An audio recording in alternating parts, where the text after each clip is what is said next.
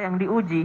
Berarti kalau masih hidup masih diuji. Berarti kalau masih hidup belum kiamat. Kalau ujiannya berupa kesulitan ekonomi, berarti itu bukan kiamat, itu ujian semata.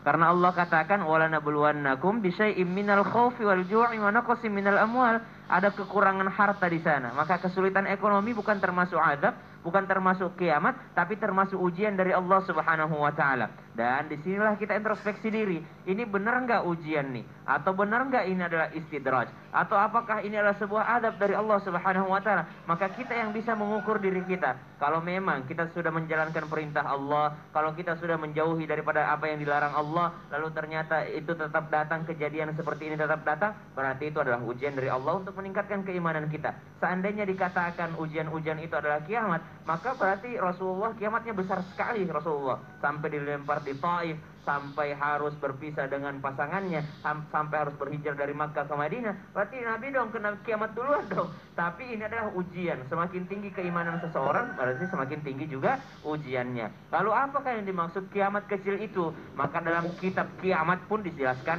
bahwasanya sesungguhnya kiamat kecil itu adalah kematian seseorang. Jadi kematian itulah kiamat kecil yang sesungguhnya.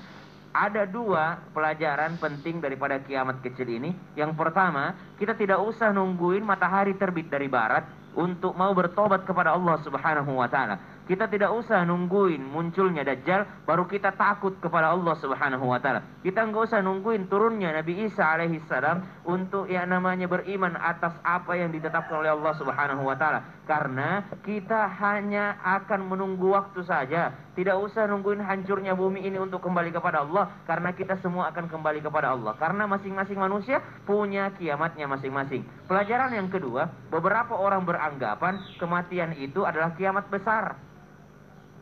Iya, ada yang beranggapan kematian itu adalah kiamat besar. Kenapa? Karena mereka menganggap setelah kiamat besar ini sudah tidak ada lagi apa-apa. Oh, kita orang beriman, kematian itu bukan kiamat besar. Kematian itu adalah kiamat kecil, dan setelah kiamat kecil ini akan ada kiamat yang paling besar.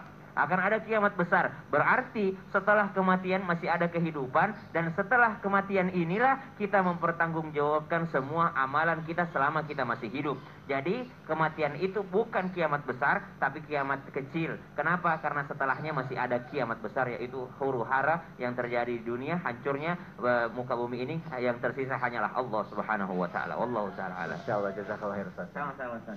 Jamaah jangan kemana-mana ya. Setelah ini aku mau baca lagi pertanyaan yang sudah masuk ke media sosial.